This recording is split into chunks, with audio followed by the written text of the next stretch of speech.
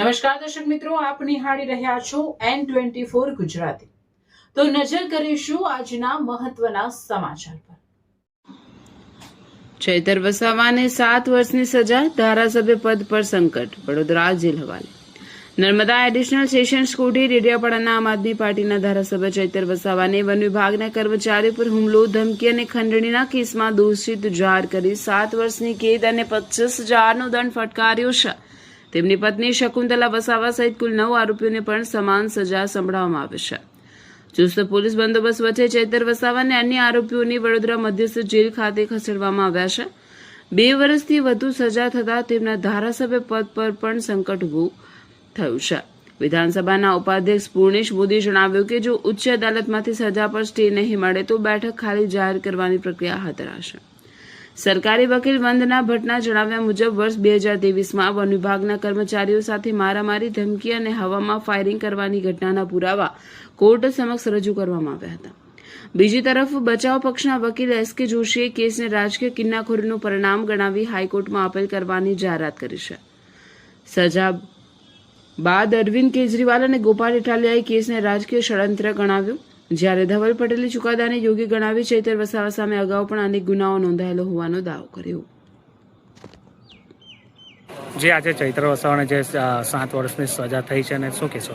આ દુઃખદ જે પણ આજે ન્યાય આવ્યો છે, દુઃખદ ન્યાય આવ્યો છે, કારણ કે જે રીતે ભારતીય જનતા પાર્ટી અત્યારે ચૈતરભાઈને વારંવાર જેલમાં નાખવાનું કાવતરું કરી રહી છે અને એના જ ભાગરૂપે આજે જે આ ન્યાય મળ્યો છે એના અમને લોકોને ચોક્કસથી હજી પણ ન્યાયિક તંત્ર પર હજી પણ ભરોસો છે કે આગામી અમે ઉપલી કોર્ટમાં જઈશું, ત્યાંથી અમને ન્યાય મળશે।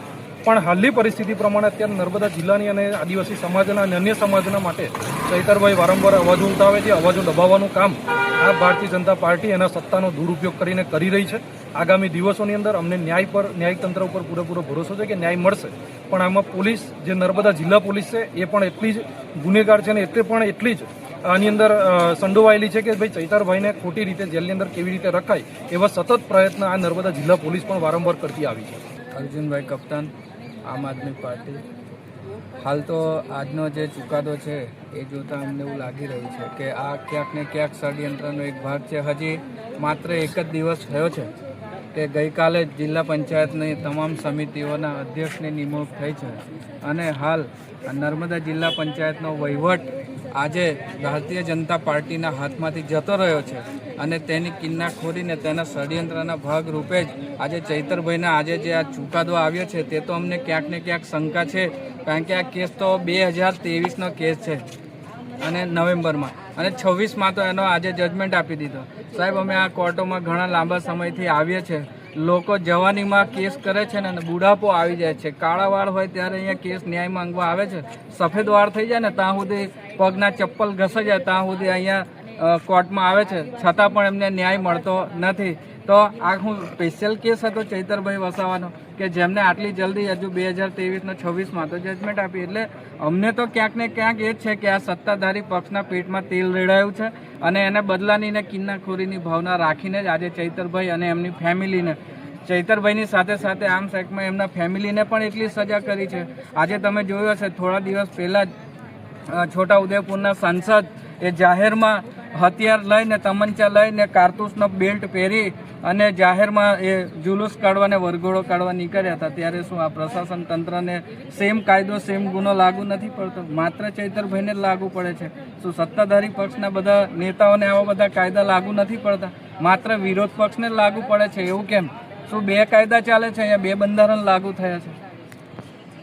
આજની ઘટના પરથી આ જાહેર જનતાને અમે કહ્યું કે આ વિચારજો તમે જે કંઈ પણ થઈ રહ્યું છે, કારણ કે ગુજરાતમાં હાલમાં જ અત્યારે ઘણા બધા મુદ્દાઓ પર ઘણા બધા નર્મદા જિલ્લાનું વાતાવરણ હજી અમને માંડ 1 અઠવાડિયું પણ નથી થયું, એટલા બધા મુદ્દાઓ ચગ્યા હતા। તો કેમ એ બધા મુદ્દાઓ પર લોકો ભૂલી ના જાય કે એ પણ ઘણી બધી વસ્તુઓ ચગેલી છે? તો આ જાહેર જનતાને અમે મેસેજ આપવા માંગીએ છીએ કે થોડું એના પર પણ એનાલિસિસ કરજો, વિચાર વિમર્શ કરજો, એટલે આપને ખ્યાલ આવશે કે શું ચાલી રહ્યું છે ને શું થઈ રહ્યું છે। ધારાસભ્ય ચૈતરભાઈ વસાવાને 7 વર્ષની સજા થઈ છે, એની વિશે શું કહેશો? આજે જ્યારે ચૈતરભાઈ અહીંયા ગાડી આવ્યા ત્યારથી જ પોલીસનો કાફલો નર્મદા, ભરૂચ અને બરોડાથી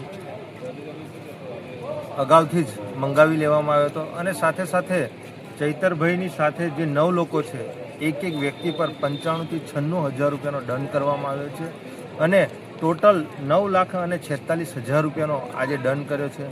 સાથે સાથે જે 7 વર્ષની જે સજા એ કરી છે, હવે ચૈતરભાઈ હોય કે એમની સાથે જે લોકો જે આરોપીઓ છે એ લોકોએ એવું કોઈ મર્ડર કર્યું નથી. આજે લોકો રેપ કરે છે, મર્ડર કરે છે, ભલભલા ગુનાઓ કરે છે, પણ તેમ છતાં આજે એ લોકો બહાર છે. ત્યારે આજે એક ધારાસભ્ય થઈ અને એમની પર આ ખોટી FIR કરી આજે એમને આ ફસાવી અને આ ટાર્ગેટ કરવામાં આવી રહ્યો છે. ગુજરાતમાં 34 જિલ્લાઓ છે, તેમાં નર્મદા જિલ્લા પંચાયત પ્રથમવાર આમ આદમી પાર્ટીએ બનાવી છે. તો ભારતીય જનતા પાર્ટીના પેટમાં તેલ રેડાઈ રહ્યું છે. એને ધ્યાને રાખી ચૈતરભાઈ વસાવા અને એમના પરિવારને આ ખોટી રીતે ટાર્ગેટ કરી એમની પર આ 7 વર્ષની જે સજાએ કરવામાં આવી છે. પણ તેમ છતાં અમે આવનારા દિવસોમાં હાઈકોર્ટના દરવાજા ખટખટાવીશું. અમને ન્યાયપાલિકા પર પૂરેપૂરો ભરોસો છે. આવનારા દિવસોમાં ચૈતરભાઈ નિર્દોષ છે અને એમની સાથેના તમામ લોકો નિર્દોષ છે, કેમ કે કોઈ પણ જાતના એવિડન્સ પુરાવા મળ્યા નથી. પણ તેમ છતાં જે આ 7 વર્ષ સુધીની જે સજા કરી છે એ આવનારા દિવસોમાં ન્યાયપાલિકા અમને યોગ્ય ન્યાય આપે એવી અમને તંત્ર પર વિશ્વાસ છે. નિરંજનભાઈ વસાવા. આપે કીધું કે આગળથી પોલીસને પ્રશાસન આવી ગયું હતું, તો શું આગળ કાવતરું લાગે છે તમને? બિલકુલ આ કાવતરું જ છે. અમે જ્યારે 10 વાગે અહીંયા ગાડી આવ્યા કોર્ટ પર, ત્યારથી જ આખો પોલીસનો કાફલો એ જકાત નાકા હોય, કાલા ઘોડા હોય કે અલગ અલગ જે ચેકપોસ્ટો છે એ ચેકપોસ્ટો પર એ પોલીસનો કાફલો મૂકી દેવામાં આવ્યો હતો. અને ત્યારથી જ અમને અંદર આવતા પહેલાં જ લાગ્યું હતું કે ખરેખર આ અગાઉથી ષડયંત્ર કાવતરું છે. કેમ કે આમ આદમી પાર્ટીની જે લોકચાહના દિવસે દિવસે વધી રહી છે અને ચૈતરભાઈનું જે કદ દિવસે ને દિવસે મોટું થઈ રહ્યું છે, એને ધ્યાનમાં રાખીને જ આ એમને વ્યક્તિગત આ ટાર્ગેટ કરી દેવામાં ભારતીય જનતા પાર્ટીનો પૂરેપૂરો પ્રયાસ છે. નર્મદા પોલીસનો કેટલો એનામાં દોષી તમને છે? નર્મદા પોલીસને તો શું છે કે ઉપરથી ઓર્ડર આવે એટલે એમણે તો એમનું પાલન કરવું પડે. નર્મદા પોલીસ પણ એ તો એમની જવાબદારી નિભાવતા હોય છે, કોર્ટ પણ એમની જવાબદારી નિભાવતા હોય છે, પણ ઉપરના જે આકાઓ જે ઉપર બેઠા છે, જે જવાબદાર નેતાઓ, જે પ્રતિનિધિઓ બેઠા છે, આ એમને ક્યાંક ને ક્યાંક નર્મદા જિલ્લા અને પૂરા ટ્રાઇબલ વિસ્તારમાં જે આ દિવસે ને દિવસે ચૈતરભાઈનું કદ વધી રહ્યું છે, આ એના માટે જ આ ક્યાંક ને ક્યાંક આ મોટું ષડયંત્ર જે આજે રચ્યું છે એ સ્પષ્ટપણે દેખાઈ રહ્યું છે. ચેતરભાઈ પર જે વન વિભાગ કર્મચારીનું જે ખોટું કેસ કરવામાં આવ્યું હતું, આજે એનું એક રિઝલ્ટ જજમેન્ટ હતું. અમને ખબર પડી કે ચેતરભાઈને ખોટી રીતે ખોટા જજમેન્ટમાં 7 વર્ષની સજા આપી. ચેતરભાઈ એક આદિવાસી સમાજના નેતા છે, જે જંગલ અને જમીન માટે હંમેશા લડત આપે છે અને યુવા ચહેરો છે અને એક ઉદ્દેશથી અમારા આદિવાસી સમાજને બચાવવા નીકળેલા છે. પણ આ ભાજપ સરકાર જે આદિવાસી વિરોધી પાર્ટી છે, એ જંગલ અને જમીન જે લેવા માંગે છે અને એમને ચેતરભાઈ નડે છે, એટલે એમના સામે એક મોટું ષડયંત્ર રચ્યું છે. અને કેવી રીતે આગળ હવે ચેતરભાઈને હેરાન કરે અને ખોટી રીતે કેસીસ કરીને જેલમાં મૂકે તો એમનો રસ્તો સાફ થાય. પણ આ ભાજપ સરકારને હું કહેવા માંગુ છું, તમે ચેતરભાઈને જેટલું પણ દબાવશો એ દબે નહીં. એક મજબૂત નેતા છે અને અમે પણ એમના કાર્યકર્તા છે અને ચેતરભાઈ માટે લડીશું. એવું હશે તો અમે હાઈકોર્ટ અને સુપ્રીમ કોર્ટ સુધી પણ જવા તૈયાર છે અને જનતા પણ રોડ પર ઉતરીને ન્યાયની માંગણી ચોક્કસથી કરશે. આપનું નામ? રાધિકા રાઠવા, પ્રેસિડેન્ટ છોટાઉદેપુર જિલ્લા.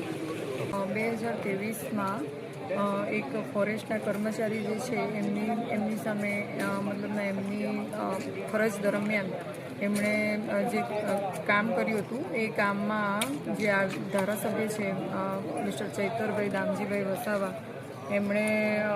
એમણે દખલગીરી કરી હતી અને એનું જે મેટર છે એ અહીંયા નામદાર એવી હીરપરા સાહેબ કે જેઓ એડિશનલ ડિસ્ટ્રિક્ટ એન્ડ સેશન જજ સાહેબ છે, તેઓની કોર્ટમાં પ્રથમ જે ટ્રાયલ છે એ ડીજીપી શ્રી જીતેન્દ્રસિંહ જે ગોહિલ અને ત્યારબાદ અડધું ટ્રાયલ પછી એપીપી આપણે અન્ય સ્પેશિયલ પીપી જે છે અમિત નાયર, તેઓએ આ મેટર ચલાવી છે અને આ મેટરમાં તમામને 7 વર્ષની કેદની સજા અને 25,000 રૂપિયાનો દંડ કર્યો છે. ટોટલ 9 આરોપી છે અને એમાં 5 જે આરોપી છે એ જેન્ટ્સ પુરુષ આરોપી છે અને 4 આરોપી સ્ત્રી આરોપી છે.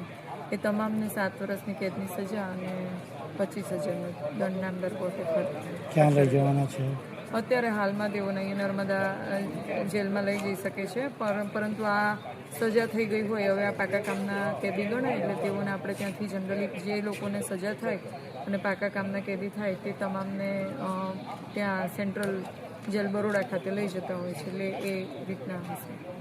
મેડમ નામ ને બોલો. વંદના ભટ્ટ, એજીપી.